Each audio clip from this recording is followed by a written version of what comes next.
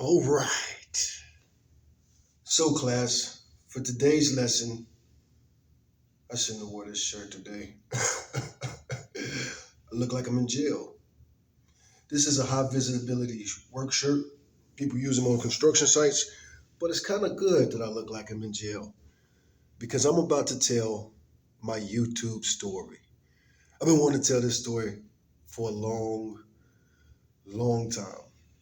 My YouTube story starts 20 years ago in 2005 in the infancy of YouTube.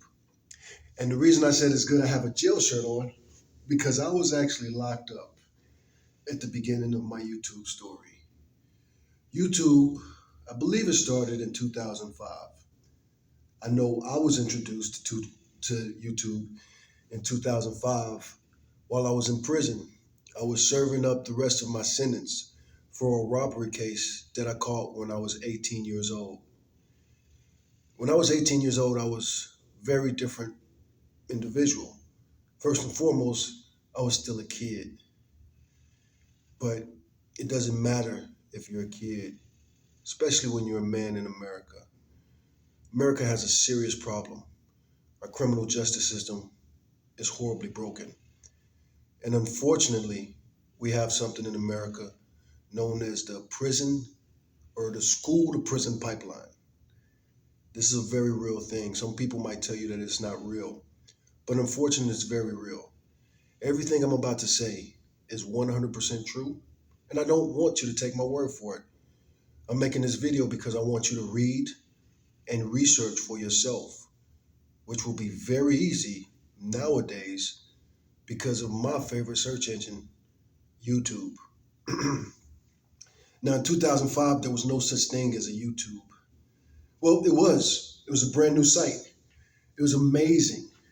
To me, I came up really hard in the streets of Chicago, and I was labeled special education.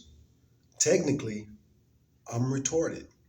I'm mentally handicapped and I'm mentally retarded according to my records from when I was a young man. My prison records, my school records. I was born in Chicago, 1970. Don't worry about it. I was born in Chicago in the 1900s. But I'm not as old as I look. But I'm not young either. Um, and America was a very different place back then. The 70s was the end of what's known as the cocaine era. Cocaine was ravishing America. And it started off with just powder, but powder was bad. It was much worse than you might think it is. The cocaine epidemic of the 70s and the 80s was horrific. And somehow it spread coast to coast to coast to coast. A lot of people think our drug problem is new, but no, it started like 100 years ago in 1920. 1920s in America was known as the gangster era of America. Famous names that you know about, you've heard about, they started to really make a name for themselves back then. You had many types of gangsters. You had the racketeers, which are stereotypically associated with the Italian mafia, Scarface and Luciano and Frank Nitti. Now, Frank Nitti and Al Capone, they were so famous and notorious in the city that I was born and raised, Chicago, that they used to teach us about them in school. And when I was a little boy, I used to watch black and white old flicks of these gangster movies, the Untouchables, the original Untouchables in Chicago. I used to love that show as a little boy. And they taught us about the history of gangsters and gangsters in Chicago. They teach us this in school because gangs were a serious problem in the 1970s. Again, people think gangs are bad now, or they think it's something new. But America's had a gang problem for more than 100 years. Watch the movie Gangs of New York. They go all the way back to the Union time, the Civil War era, 200 years ago. This is a crazy country. It was founded by runaways, rejects, and criminals. The history of America is fascinating. I love it. And I studied it. And because of my special mental condition, I was diagnosed very early with ADHD. And they tried to figure out what was wrong with me. I had to go get therapy and counseling and all that type of stuff as a young kid. I saw a real live psychiatrist when I was very young in elementary school. But we need to fast forward here, and I apologize for taking so long, but let's fast forward to 2005. Previously, I had caught a felony, 1996, and pretty serious charge. I was charged with a first-degree felony, facing 5 to 99 years. And I was new to Texas. I didn't even know that was a thing, and I was a teenager. I didn't know much about the law. I knew more than average because of my ADHD and my special mental issues. I'm super hyper. I have a fascinating memory. I'm super curious about everything. And I just want to know more, more. I started reading young, and that really paid off. Even though once puberty hit me really hard, 13, 14, 15, the call of the wild was calling me.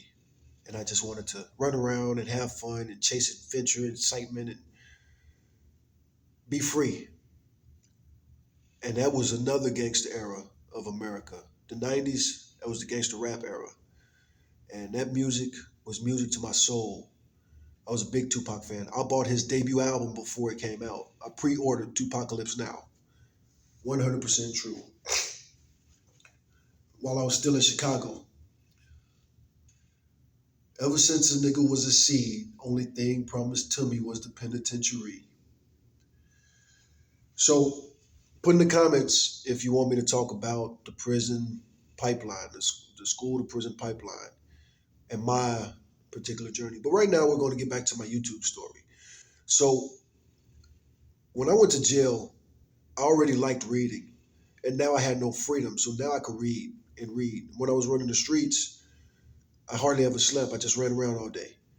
My average day is about 20 hours, always. Since the time I was 5 years old, I got about 4 hours of sleep a night.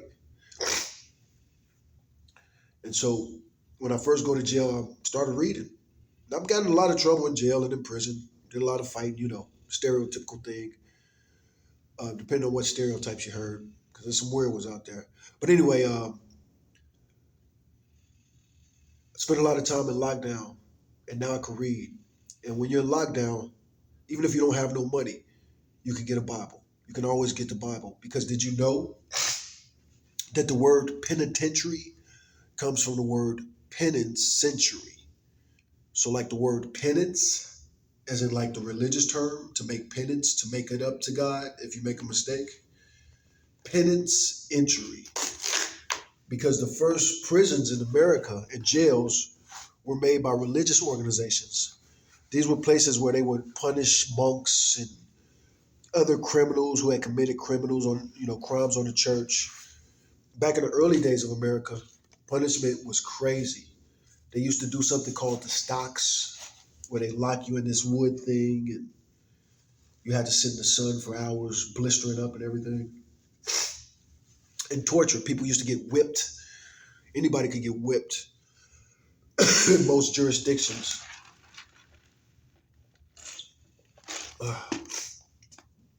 Oh boy. Excuse me there. But let's carry on to, and I'm going off the top of my head in case you're wondering. No script here. Just telling you my life. And I got bad allergies. So we're going to try to muscle through this, try to power through this. But anyway, I'm in county jail. No, I'm in prison in 2005. I only got 1 year left on my sentence, and I'm going to ride it out, not making parole this time. I'm finishing up a sentence that I caught 10 years earlier, a robbery case in 1996. Put in the comments if you want me to talk about that. Let me see. Where do we go next? I'm in jail in 2005. And at that particular time, shout out to my mom. I love my mom, but she had me a prescription. My mom didn't, she never really spoiled me, spent a lot of money on me. But one thing, when I got locked up, she wasn't big on sending me money. She wasn't going to bail me out, but she would send me literature. And in particular, those sweepstake magazine things. She'd max on that trying to win that publisher clearinghouse, and then she sent me some magazines, a lot of good magazines. And at that time, I had a subscription to Ebony magazine and Newsweek magazine. And I look forward to those a lot. And I would read both of them cover to cover. And Newsweek really fascinated me, and they were predicting the future. In 2005, they were writing a lot about a lot of things. One thing they was writing about a lot, Senator Barack Obama from my home state and my home city, because he was based out of Chicago. Who is this man out of Chicago named Barack Obama? Newsweek was fascinated with him. And I'm fascinated with him too. And I'm asking people, who is this guy? Nobody's heard of him. Even when I talk to people in Chicago, nobody's heard of him. Anyway, I'm reading this Newsweek, and Newsweek educates you. It's a very good political magazine. I know it was in 2005. So many predictions they made, especially politically, they got them all right.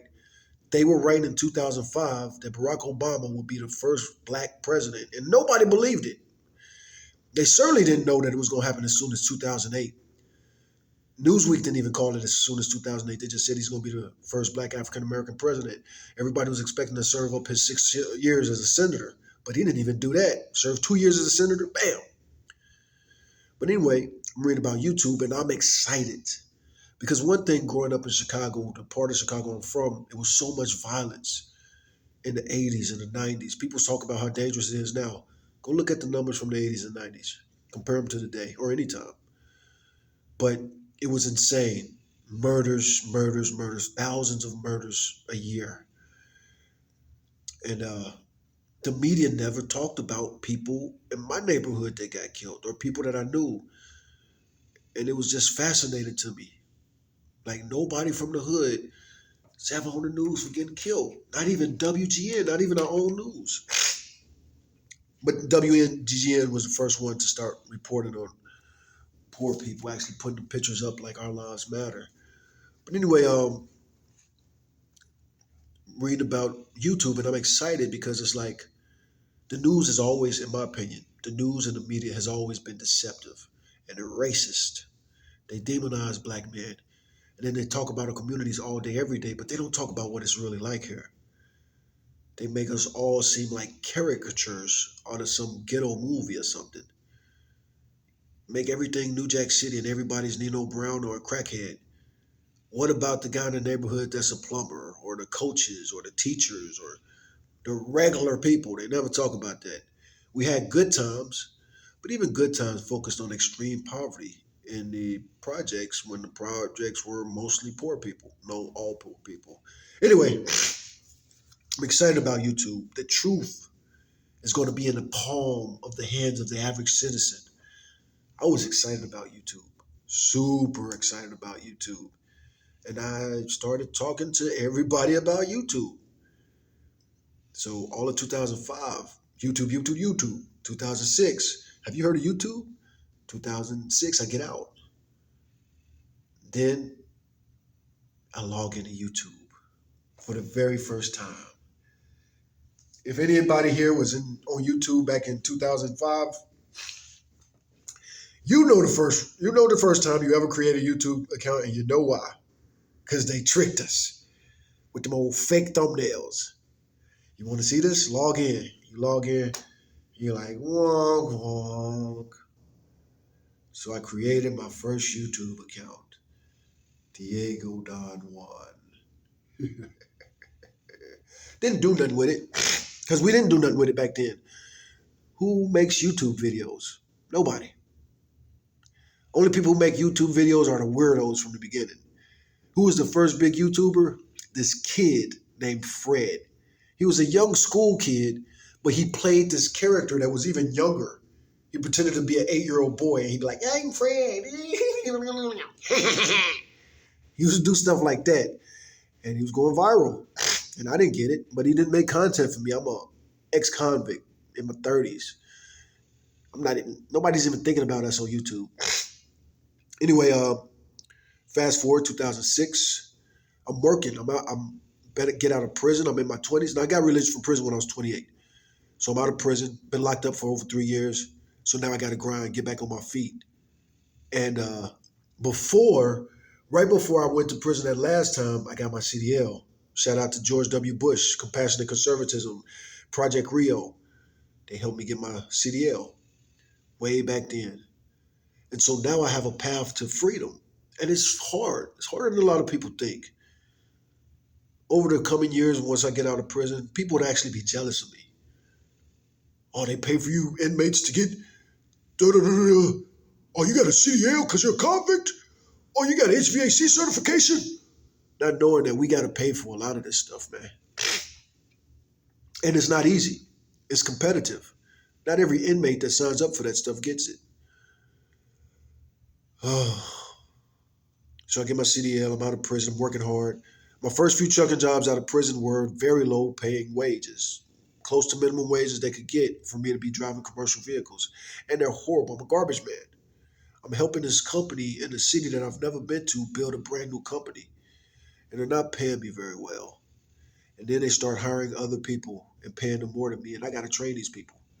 And the last straw was they hired a dude who didn't even speak English. And they paid him more than me.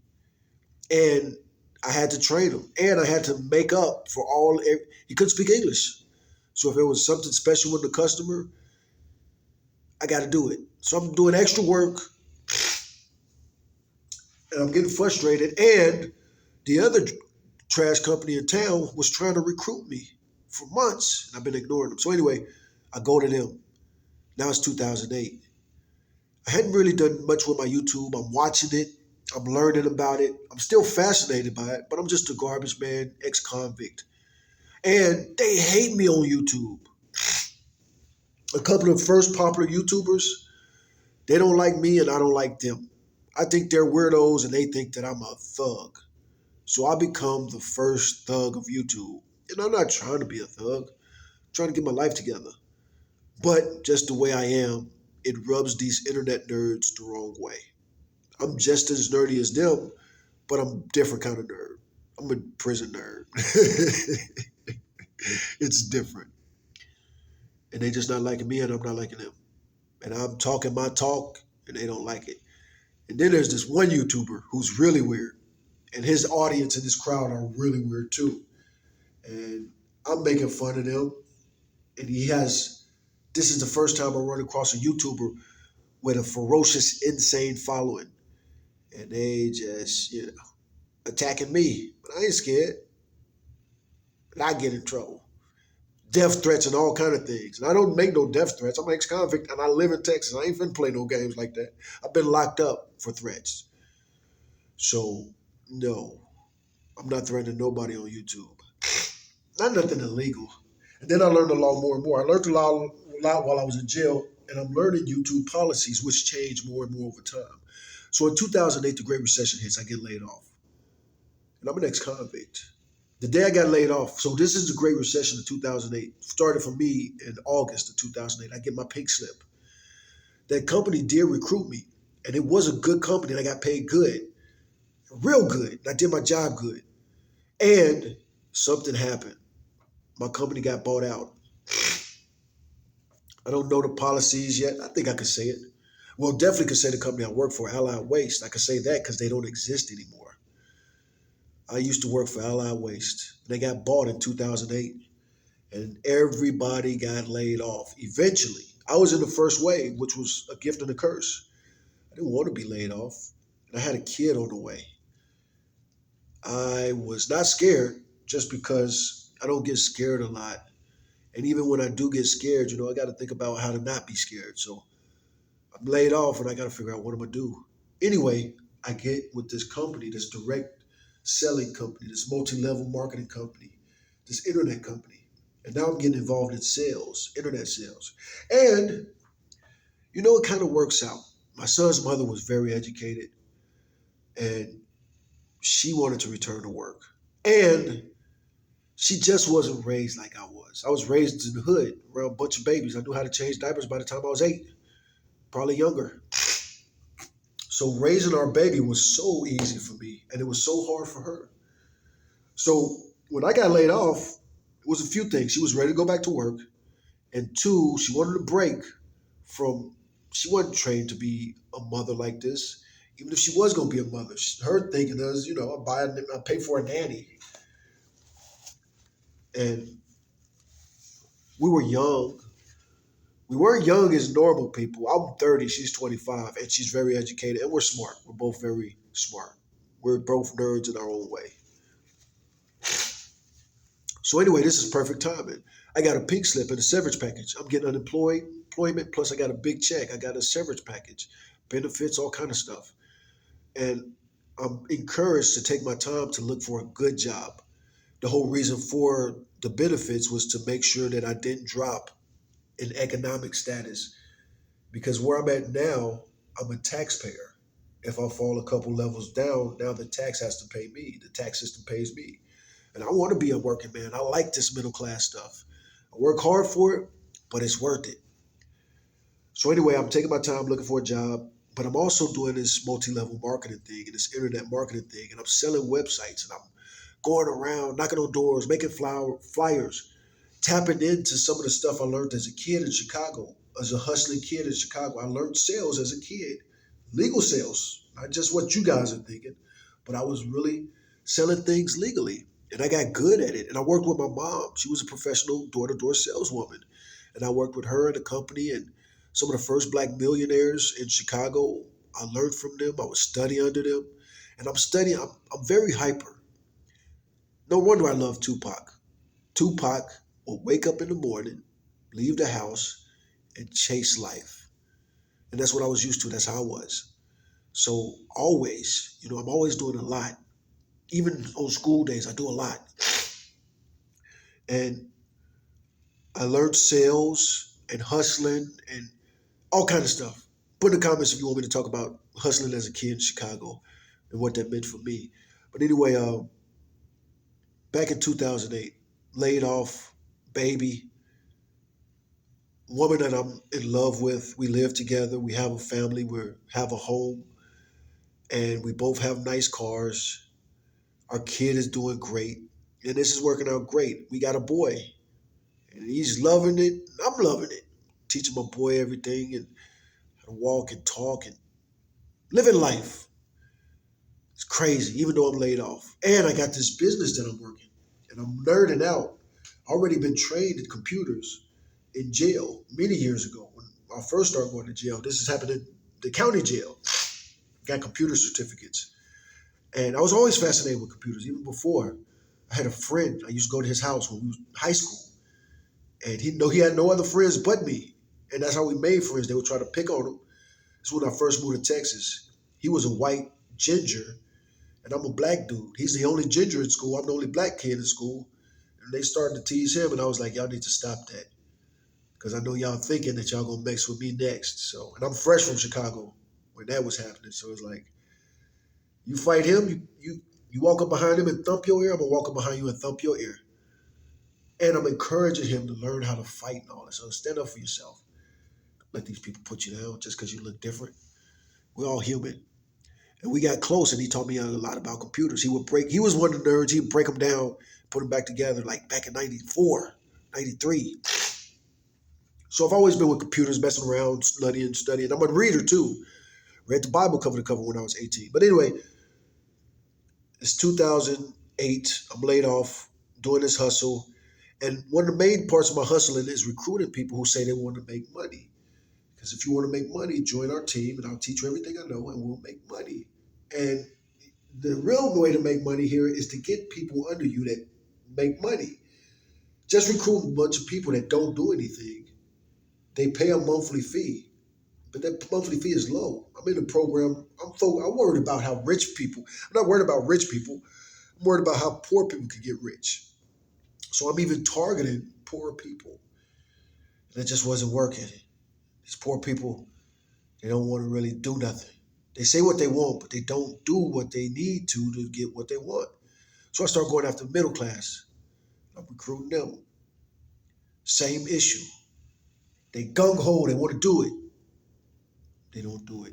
Now, also, mind you, every single person I sign up and everybody I come across, I'm telling them about YouTube. This is back in 2008. I'm telling them about YouTube. I'm telling them how important it is. I'm telling them how it's going to take over the world. And people listen to me, but they don't want to act on it. And everybody has an excuse. Oh, I don't know nothing about computers. Oh, that sounds no, I couldn't be on camera, blah, blah, blah. Excuse. Nobody's listening to me. I mean, they listen to me, but nobody's doing nothing about YouTube. So I'm recruiting more and more people, and I'm making people YouTube channels, and I'm teaching them search engine optimization, and all the other background stuff that I could teach them. But they don't want to learn. They don't. They don't. It's so many excuses. And I'm at this point, I'm recruiting all kind of people. I'm going after the middle class and lower middle class, and boom, they sign up, but they don't do it. And then you have these great conversations. Sometimes these calls will be 2, 3, 4 hours. Sometimes they're video calls. Sometimes you'll connect the computer and you show them how to do everything, and you exhaust yourself working with them 1 hour, 2 hour, 3 hour. A week later, they still haven't done any of the things that you give them a to-do list. They don't do it. Now, all this applies for YouTube because it's the same thing too. Because now in 2008, one of my first hustles, because you couldn't make money off of YouTube back at the time. There weren't even ads on YouTube back then. The first ads on YouTube were pay-per-click, and this was a new thing, and nobody was really using it. So I have another idea. Why don't I, because everybody's excuse for YouTube is they don't know how to make an account. They don't know how to sign up. They can't figure it out. They don't know how to do email, blah, blah, blah, blah, blah, blah. All these things that are super easy for me. So it's like, hey, let me set up your YouTube channel. And that's what I start doing for people. Thinking of the old Zig Ziglar saying, you'll get everything you want out of life if you'll just help enough other people get what they want. So that's what I'm doing. And it's just not working. It's just not working. And it's disappointing. I'm pouring on all these people and they're wasting my energy, breath, and time. My words. One of my reminds me of Tupac. He has a famous line. Why explain the game if they ain't listening, stuck in position? If victims can't stand the heat, they need to get out the kitchen. Now I cleaned that up quite a bit. I did edit that. I did make that radio friendly. But boy, is that lyric smacking me in the face. Because some people I'm helping, I'm paying for them. Because they telling me they don't even have the little bit of money that it takes to start, and I'm falling for it. When it's ridiculous. Of course you got this much money. You spend that much money on BS every day. Anyway, I'm paying for people and my money's wasted. I'm excited for some people because they talk about how poor they are and this and that and this and that. Anyway, changed my strategy again. Now I don't want to talk to nobody because it's frustrating, making everything automated. And I get deep in that and joining other programs and other leaders in the industry. And I'm really learning this computer stuff and this YouTube stuff and this algorithm stuff. By the time 2009 rolls around, I've probably made YouTube channels for hundreds of people, especially my family members. Make them YouTube channels, they lose the password, Gotta make a new one. It's getting exhausting and nobody's learning nothing. And people will ask me more and more. The more people I give a YouTube channel, I'm not getting people independence or anything like that. I'm getting more people that are like, hey man, how do you do this? Hey man, how do you do that? Read the instructions. And my mother, your family's gonna get you the worst. I would be sitting over my mother's shoulder and she'd be like, how do you do blah, blah, blah, blah, blah, blah, blah. And I point at the screen and I say, what does that sentence say right there? It's not even trying, not even reading. When you be a crutch for people, they'll never learn to walk. And they should have been running. So anyway, 2008, 2009 was really phenomenal years for me. I do got a team, and some people are getting it, and some people are working. A lot of people not interested in the business part, but they love the YouTube. I'm getting more and more people that love the YouTube. And also I'm connected with other YouTube creators. And I'm getting respected. I have a business YouTube channel. And I have other channels. And I'm on a team. I'm on one of the number one teams in America for the company that I work for. There's number one and there's number two. My team is really number two. And we're talking about a lot of teams. A lot of teams. And I'm not liking my team because he's changing. He's getting more and more crooked. And I can't get mad at him because the internet is getting more and more crooked. When it comes to internet marketing, SEO, search engine optimization, and all these things, this is YouTube stuff. It's competition. People have always wanted, even before YouTube was making money, people always wanted that number one spot. Most popular channel, most viewed videos. So this is something that people have been scrapping for from the very, very, very beginning. And it's never stopped. And it's just going exponentially. And the fight is ferocious. And my team, there's when it comes to internet marketing, especially back 2008, 2009, there's two tactics for how you market yourself. There's what's called white hat internet marketing, and that is information based. You learn as much as you can about systems, and you learn how to protect it. You just learn, and you master things.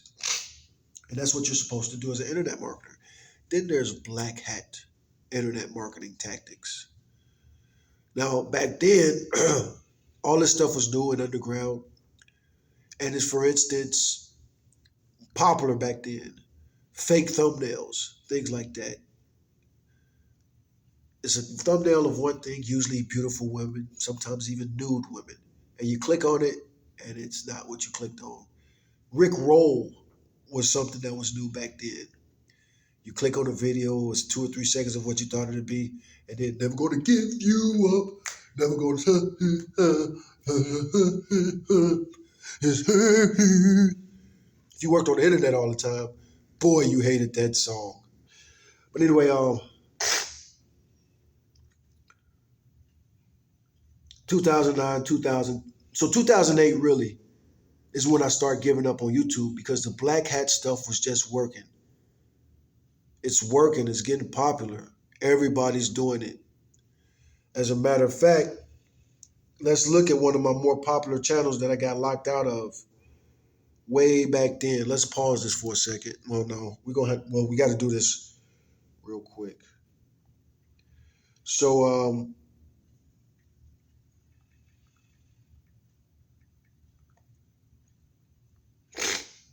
so in 2008, you got to think about what's going on in 2008. That's right, Barack Obama. Now, as mentioned, I'm from Chicago. So, of course, I drive to Chicago to celebrate with Chicagoans that Barack Obama won. Not only did I not vote for him, but I made a video of why I wouldn't vote for him and encouraging other people in Texas. I wasn't hating on Barack Obama, especially if you understand politics and the electoral college. So here's the channel that I made. And this was my first channel to go like super popular. I got my most popular video that I know of, my most viewed video that I know of is on this channel. And I talk politics a long time. This video,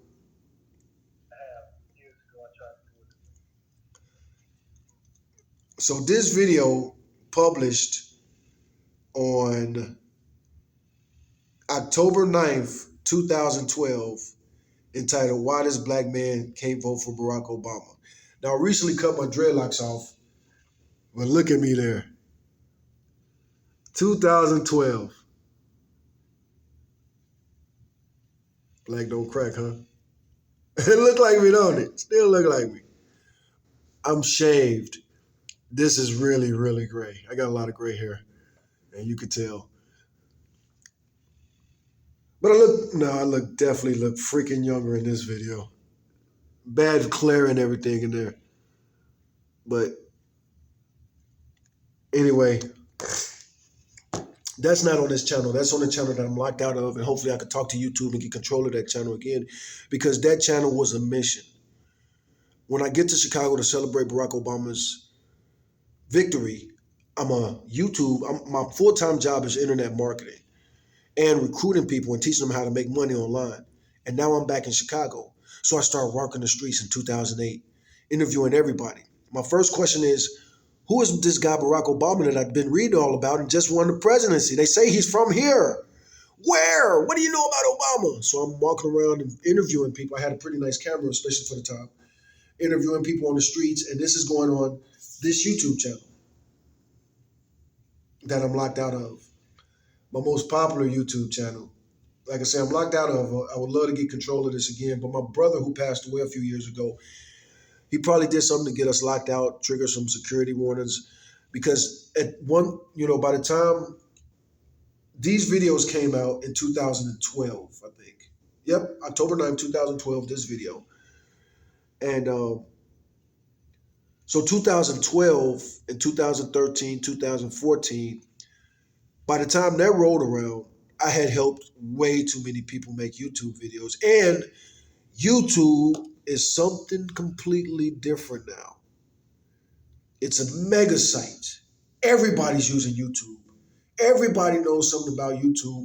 And now, instead of me telling everybody that I know so much about YouTube, I'm more likely to tell people I don't know so much about YouTube because they're going to just want to use me for free. And nobody wants to pay for anything that got to do with YouTube in 2012 or 13. Everybody thinks everything should be free. I'm just asking you to set me up. Show me how to set up. No. You want to take my brain, attach it to your body so that you can do everything you need to do. You want to be mentally lazy. You don't want to have to learn what I had to learn. And you're going to take advantage. And the more I do for you for free, the more you're going to expect for free. And everybody's just going to drain and drain and drain. Some people are starting to make bank on YouTube back then. I ain't one of them. I'm a little too charitable for that. And that's not what the algorithms favor. The dudes are going viral, especially back then, for making ridiculous political content, saying crazy stuff about Obama. I'm not. I've always been pretty conservative. I didn't hate Obama, but I wouldn't vote for him. I read his book already. I even had his audio book, and I played it a few times on the drive to Chicago. You know, the drive from Texas to Chicago, especially South Central Texas. It's like a 28-hour drive. So I listened to that audiobook probably 3 times before I get there. And I'm interviewing people on the streets. Me and my brother Tino. Tino was still alive back then. And we got some great street interviews. So I hope I could talk to YouTube again and get that channel because it would be nice to do with that channel what we were trying to do, a documentary. I don't want to do that documentary on this channel, but I might. My brother's passed. My grandmother and my brother want their story told, and I'm going to try to put those stories on YouTube. All of my stuff is gritty and raw. I'm from a place that most people can't imagine. Everybody has something to say about Chicago and the poor neighborhoods there, but you don't know. You don't know. We're not characters. We're humans. Those little boys are little boys. Little Yummy Xandifer was a real live little boy. King Von was a real live young man. Very young. Very young. All these people that we've lost. Hell, some people could say that channel that I just showed you, there's a video on that channel that is kind of the first street made YouTube video out of Chicago. Like some street dudes making a street video. It wasn't supposed to be a music video, and it started a horrible trend. Gang music. Gang music in Chicago. The road to hell is paved in good intentions, and I've seen that over and over and over and over again on YouTube. Horrible trends. YouTube murders. YouTube murderers. The red pill. The flat earth. The Tea Party. MAGA. The red pill. Toxic masculinity. Pickup artist. Candace Owens. What happened to Republicans, especially black Republicans? So much horrible stuff has happened on the internet. Some things have happened on YouTube I'm not even going to mention. They were so horrible. A lot of those first YouTube content creators that blew up turned out to be horrible criminals. Onision. I can't think of I can't think of the football guy, the Philadelphia Eagle fan. I can't think of him. But all these names are synonymous with horrible crimes, horrible criminals. Yes, I was a criminal when I first started. Well, I'm a convict, working on becoming, rehabilitate myself. That's how I started my YouTube career in prison. And I'm watching all these young kids doing things that's going to get them in prison. But I can't go viral, not for what I want to do. Tell the truth. My website is nomorelies.ws. And that's not what they want. They want to be entertained. You want to be entertained. You have a horrible algorithm and it's your fault. What do you click on? So many YouTubers blew up. So many guys I promoted. So many women I promoted. I helped certain people blow their channel up free. And they turned out to be horrible. Do things, I'm not going to name names right now, but help me become a YouTuber. Help me get popular. We'll talk about that more. But the red pill, I contributed to that. in some ways. The Black conservative movement, I contributed to that in a lot of ways. Like, share, subscribe so I could become a content creator. I have a lot of footage. The last few times I've been to prison, it was for crimes I didn't commit or crimes that didn't even happen. It's happened to me more. I was a juvenile delinquent. I didn't get arrested for a lot of things I did. 99% of the crimes I committed as a juvenile delinquent, I got away with. But as an adult and as an ex-convict, most of the things I've been arrested for these past 10, 15 years, didn't do nothing. Shouldn't have been arrested. I shouldn't be able to sue. It's crazy. And I got a lot of this stuff on video. And even if I didn't get it on video, I got the aftermath and the before math. Our criminal justice system is wrong. It's broken. And as I mentioned, I have a website called nomorelies.ws. And it has a matching YouTube channel. And let's react to that right now. I'm going to show you guys some of my videos.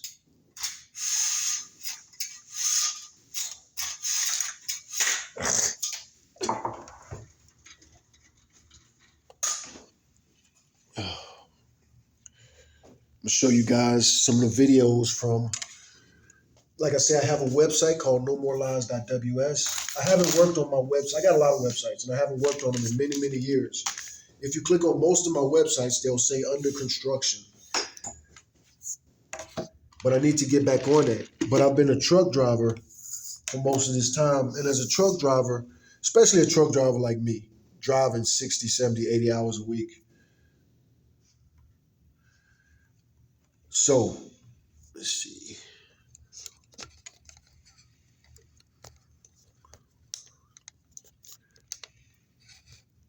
We're going to set this up.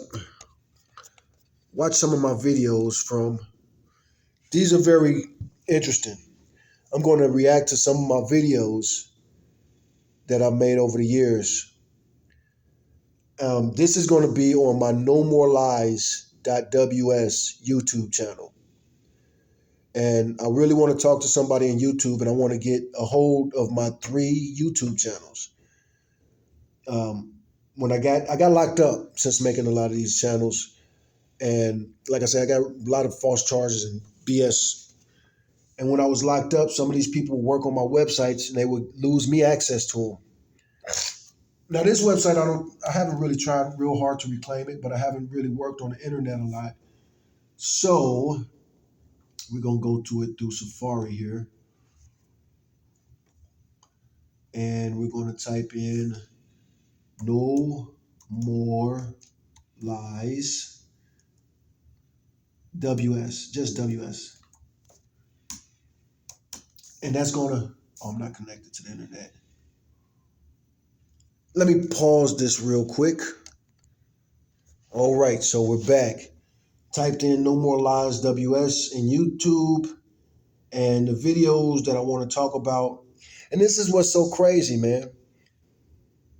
YouTube, what's up? What gives? Why do people like myself who make good, honest, educational videos get beat out every time by the people who do the clickbait stuff, the false information, the bait and switch, the malicious people? Why do they go viral? Kids don't go viral for playing the violin. Kids don't go viral for playing chess. But twerking, which isn't even allowed on YouTube, not supposed to be. Boy, there were some years where that was just, ugh. Even if you was making financial videos, you had to have a thumbnail of some girl twerking for to get any views. So, here's a video I'm pretty darn proud of. Prisons. I didn't mean to click on that like that. Wait.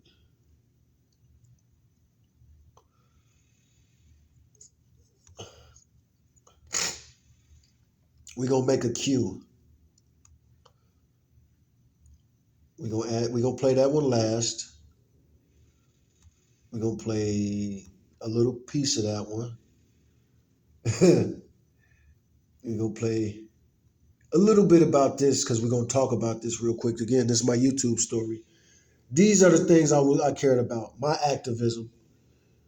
What else is on this channel? All videos.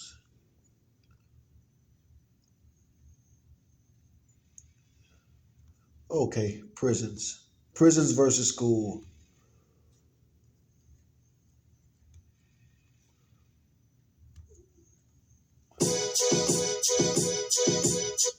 Now I'm gonna have to pause this and I'm gonna mute this. No, I'm not gonna. Well, yeah, I'm gonna mute this. I'm gonna mute this just because. Anyway, this is that free music with YouTube, but I don't know if it's still free.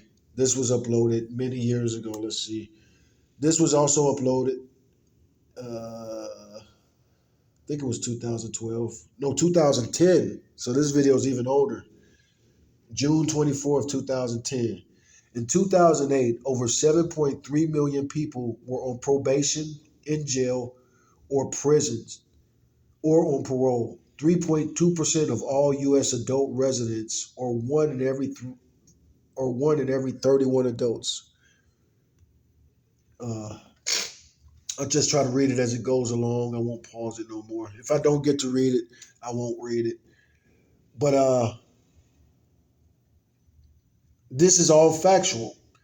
This is all very factual. American prisons and jails had nearly 2.5 million people in 2008, and some estimates for 2010 are over 3 million men, women, and children might be locked up in prison. The United States has the highest documented incarceration rate in the world and the highest total documented prison and jail populations in the world. Now, again, this was made in 2010. This problem has gotten so much worse now. The United States has less than 5% of the world's population and 23.4% of the world's prison population. Insanity. Approximately 1 in every 18 men in the United States is behind bars or being monitored on probation or parole. Even though crime rates have declined by about 25% from 1988 to 2008, a greater percentage of the American population is in some form, I think, incarcerated probation. In 2006, 68, okay, I got to pause this. In 2006, 68 trillion, 747 billion, 203 million was spent on corrections. Oh, I need to take that back a little bit because I do want to read that. That was important. That was important. This page is important. Okay, so in 2006, 68 trillion, 747 billion, $203 million was spent on corrections. The average annual operating cost per inmate in 2001 was $22,650, or 62.5 cents a day, which is more than most of them earned prior to their incarceration.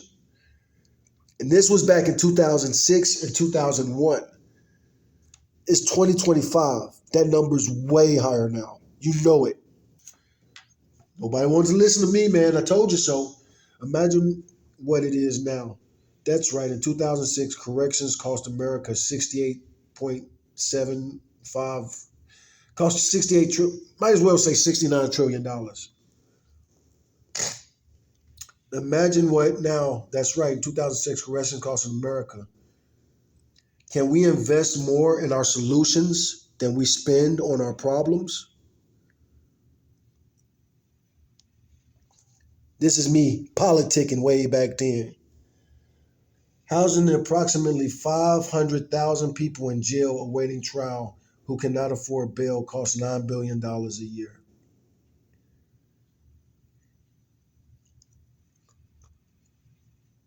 There have been hundreds of people exonerated by DNA evidence across the country, and that number is exponentially higher now. The average sentence served by DNA exonerees has been 13 years. That number's higher now.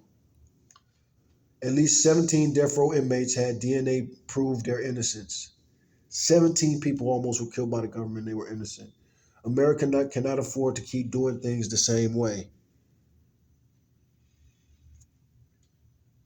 I made this back then. Oprah helped so many victims of sexual abuse get over their past time. Let me see.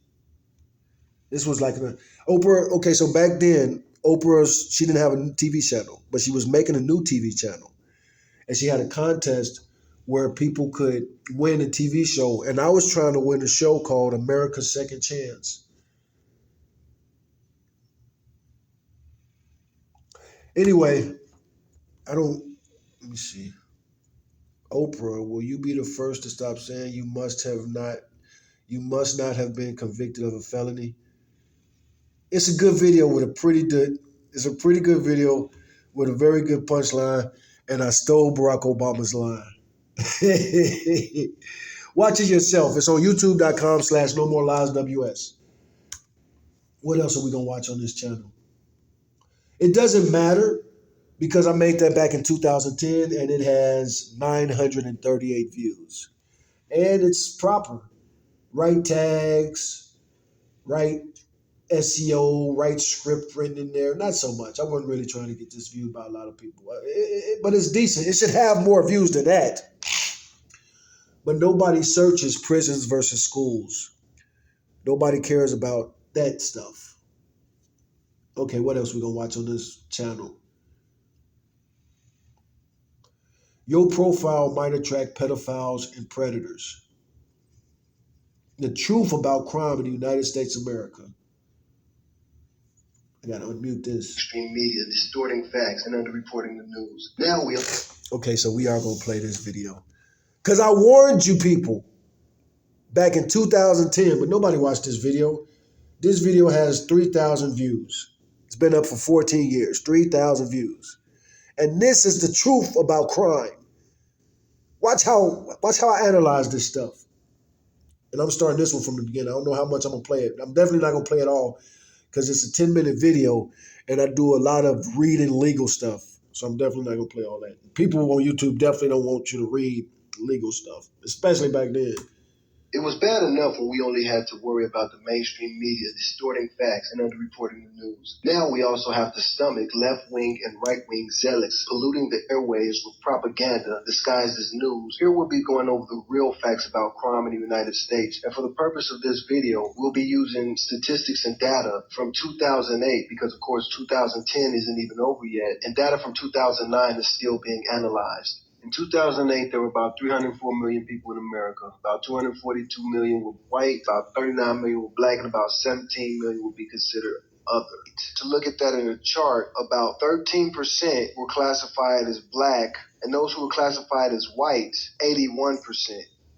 For the purpose of this review, we're going to get all of our statistics from the FBI's UCR and also from the Bureau of Justice Statistics, the BJS. Videos on YouTube pervert facts and make it seem as if there's a rash of black men raping white women. Interracial crime is very rare, and crime in general is not at all what people are reporting. It's actually the opposite what the mainstream news is reporting and the opposite of what some of these radical groups have been portraying in their videos. And I'm going to back everything up with statistics and facts here. Let's start with what everybody wants to know, the murder rate. Now, for this part, we're just going to look at murder. This has nothing to do with the rest of the homicides. This is on the FBI's website, and I'm going to just read it directly as it says it here. Okay, so I actually sped it up because I'm about to read a lot of legal stuff. And for most people, when you hear somebody reading the law, all you hear is wah, wah, wah, wah, wah, wah, wah, wah, wah, wah, wah.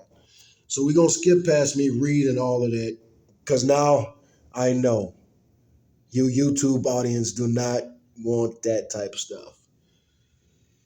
That audience has grown a lot though. But when I get to the numbers and the analyzing, let's see. Excusable. In the UCR program, justifiable homicides are defined and limited to the killing of a felon by a peace officer in a line of duty, the killing of a felon during the commission of a felony by a private citizen.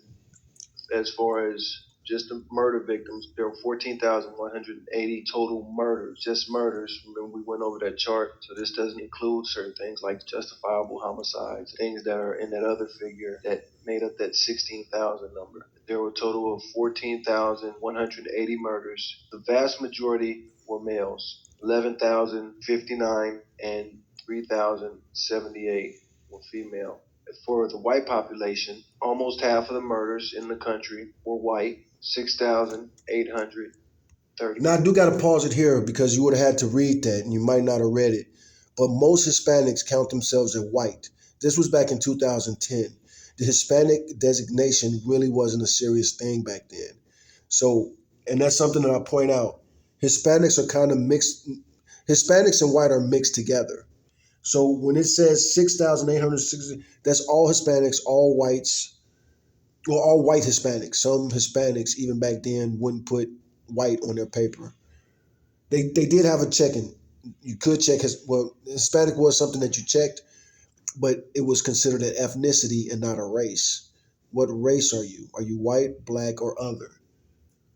And those are the only things when it comes to homicide statistics. White, black, other race, and unknown race. Murders. Of that 6,000, 4,934 were white males. Of that, 1,903 were white females. Of the black population, 6,782 were blacks. 5,752 were black males. 1,028 were black females. Other races, we got 321 for total, 215 for males, 116 for females, and where the race was unknown, we have a total of 239. So how would that look if we were to try to put this in perspective for murder? I made a chart here that I call the ring of murder. The inner circle is the United States Census, and then we see that the outer ring is homicides.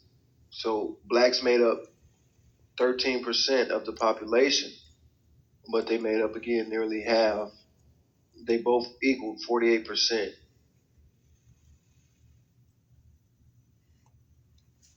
So let me pause that again.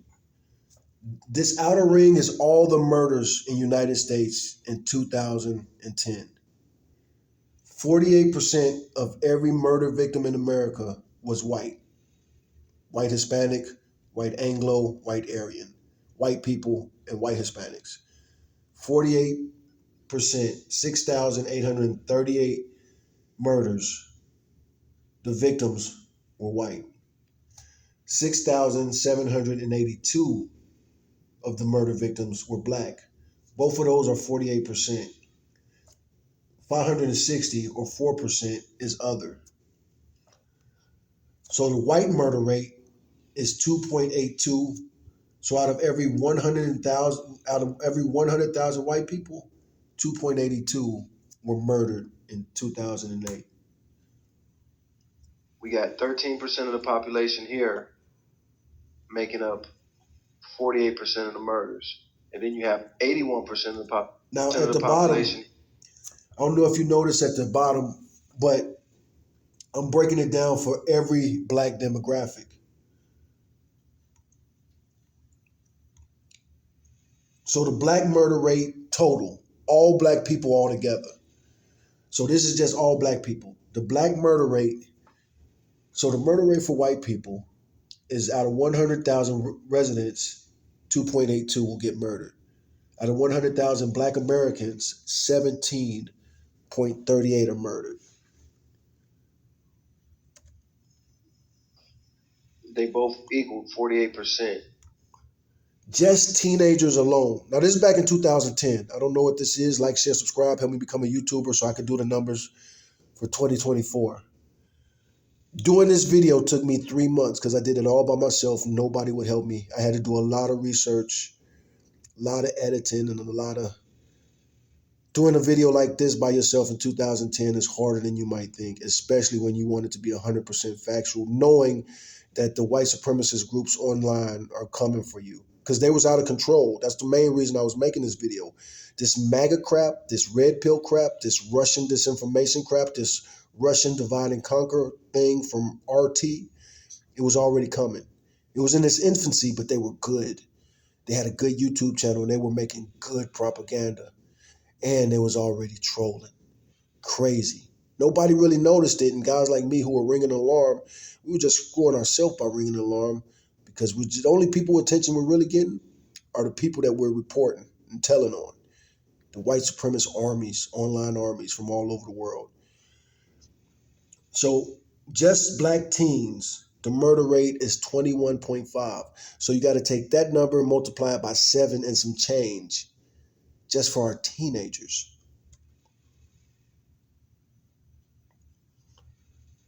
The black murder rate for teens. The black murder rate for black males. It keeps going up. You notice that black murder rate keeps going up? Black people. I've been trying to tell y'all since 2010. So I don't want to hear it now. By the time the movement Black Lives Matter rolled around, I was pretty frustrated. And now all these scammers are making all this money. I'm trying to teach y'all for free, and nobody wants to watch or subscribe to this channel. Let's see how many subscribers this channel got after I click out of this. And these numbers are factual. And I have links for you to check it and verify it yourself with this video. Legitimate links. Legitimate links. Anyway, the black murder rate for black males, 30.86. Now you got to multiply this number by more and more every time this thing flips. We got 13% of the population here making up 48% of the murder rate for black kids. And I don't remember how I define black kids, but I think I just meant like everybody probably under 18. Oh no, I got the ages right there. I can see it. I just forgot. It's right there. The murder rate for black kids between the ages of 13 and 24. So to me, I consider that black kids. Even back then, 15 years ago. So I'm 32. I'm 32-year-old ex-convict with children of my own at this time. I look at 13 to 24-year-olds like black kids, man. And if they were any other race, the rest of America would look at them as kids. But 13 to 24, 33.39.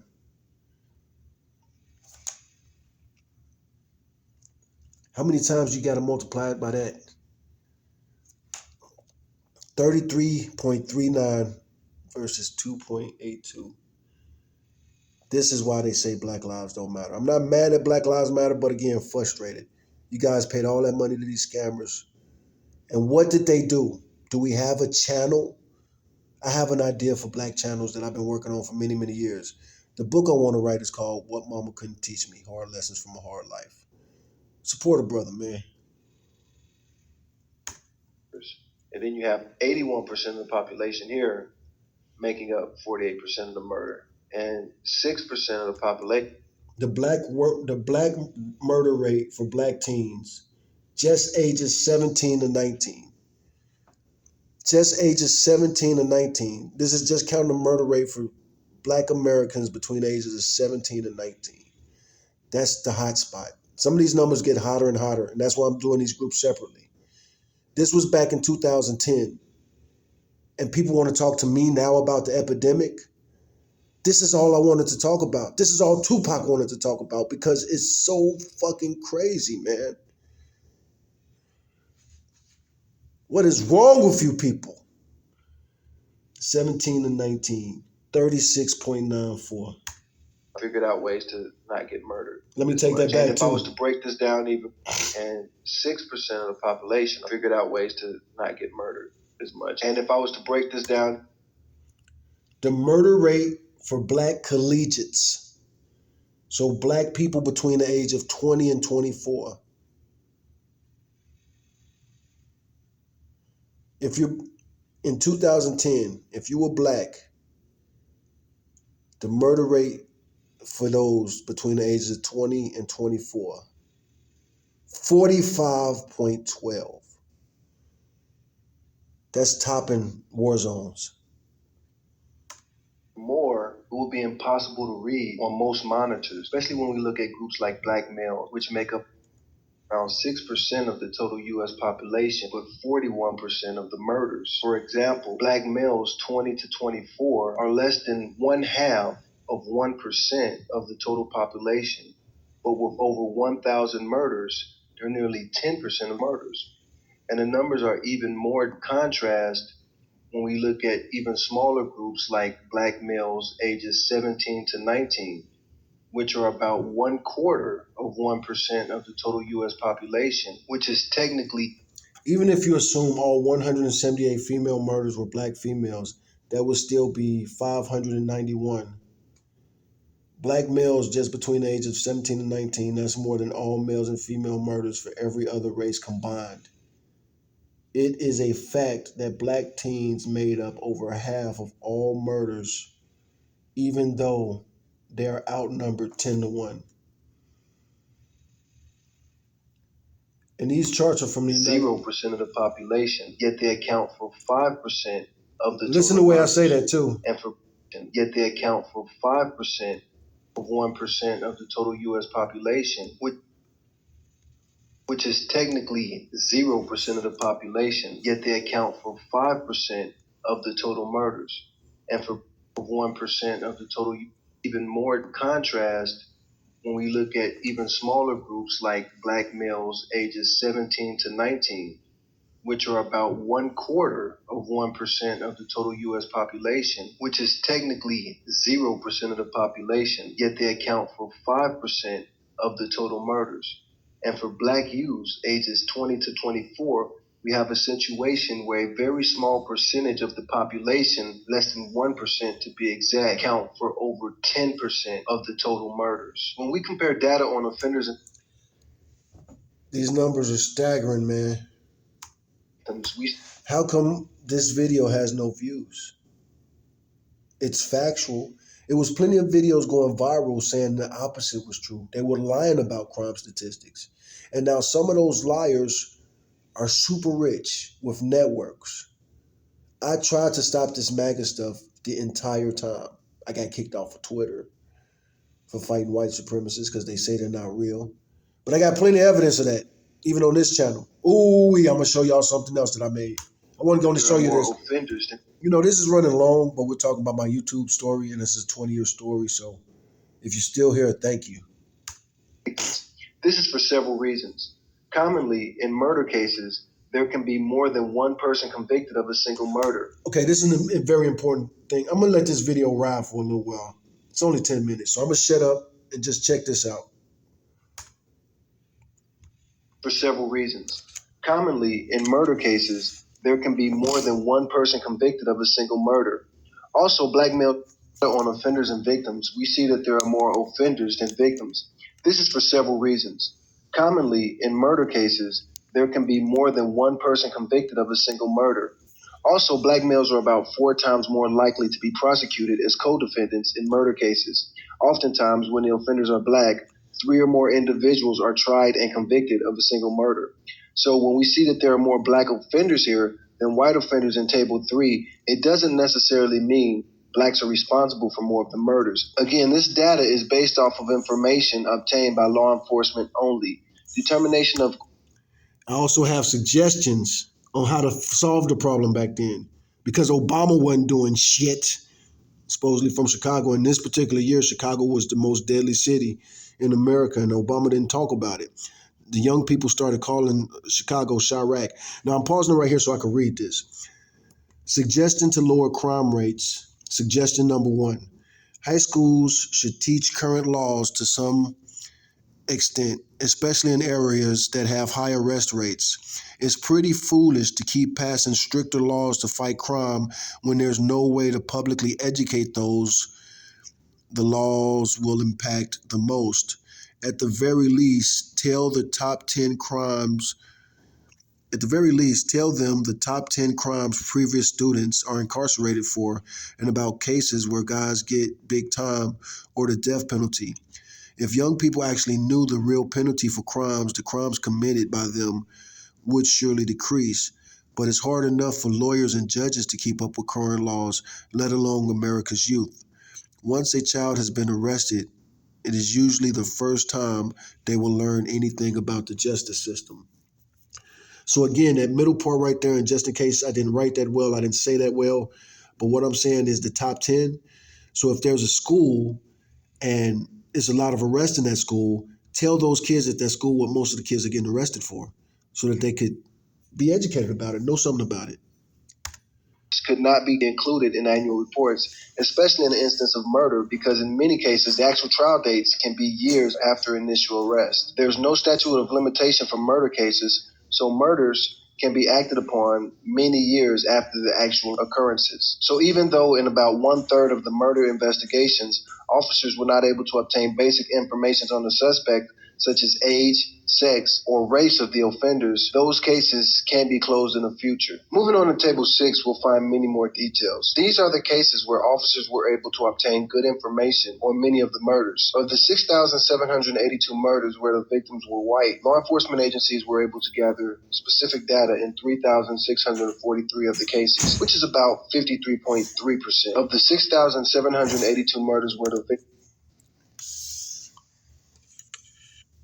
Wonk, wonk. I really wanted to show another video. So I'm going to make a part 2 to this. Even if I don't get no views on this video, I'm going to make a part 2 because this is my YouTube story. It's important. And that's a good place to stop. Go watch that channel. Go watch that video yourself. It's on youtube.com/NoMoreLiesWS. NOMORELIESWS. So, the other, man, is some, and I gotta wrap it up because I already made this video an hour and 10 minutes. If I kept going, it would be even longer. So please like, share, subscribe because I have to go make some money.